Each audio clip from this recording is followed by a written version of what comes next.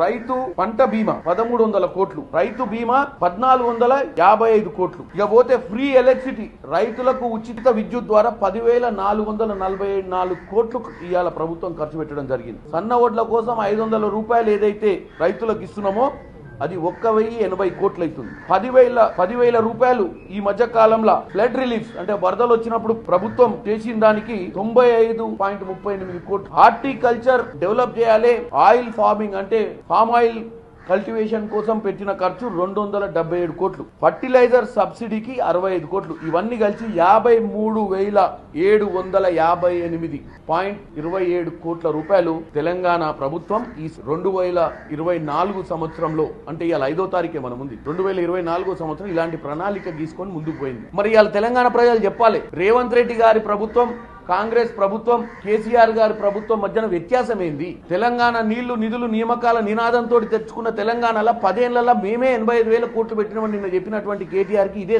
జవాబు. మేము చెప్పుకోలేకపోతున్నాం, వాళ్ళు మొరుగుతావురు రోజొచ్చి. ఈ మొరుగుడు వల్ల ప్రజలు తప్పుదో పట్టించాలన్న పిచ్చి ఆలోచనతోటి మేము చేసే పథకాలు చెప్పకనే చెప్తూనే ఉండు కేటీఆర్ ఇండైరెక్ట్ గా. తెలంగాణ ప్రజలు ఇది గమనించాలని కోరుకుంటున్నాం.